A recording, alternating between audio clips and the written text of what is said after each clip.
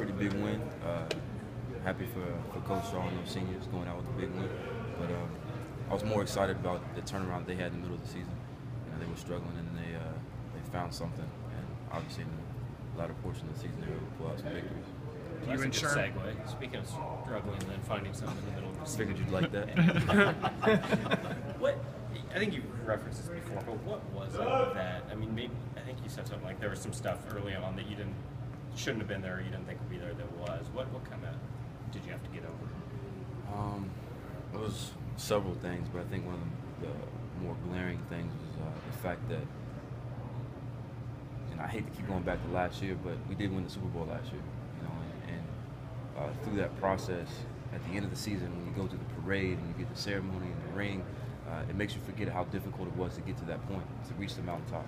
And so, I think a lot of that pressure that we had in the beginning of the season when we were 3-3 from the media, from ourselves, we kind of let that feed into the negativity and forgetting that it wasn't easy last year, and realizing that we were a third down conversion and a fake punt catch away from being 5-1, and all those negative thoughts going the other way.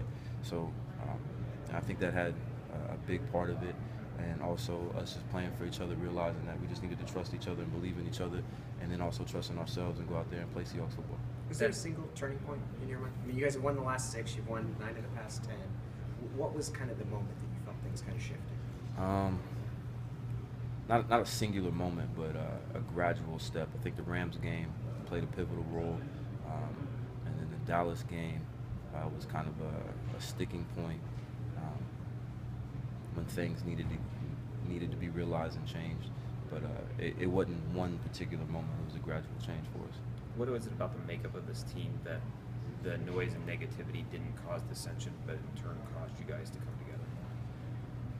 I don't know. I think you got to attribute that to the way that Pete Carroll and John Snyder put together the team, the individuals that they put in this locker room, and then also them realizing that it's more about the team itself, the betterment of the team, and not putting anybody above the team.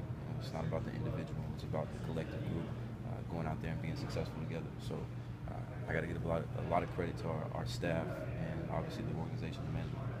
You talked about after the Percy Harvin trade, kind of the offense getting back to what it does well.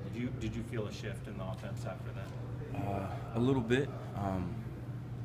Percy was such a dynamic player. Is such a dynamic player that we tried a lot to get him the ball. Of course, when you got a guy like that, you have to do so. So, I think it made it more difficult on us as an offense because teams were scheming against that and tried to do a lot of things to prevent us from having success with Percy. So,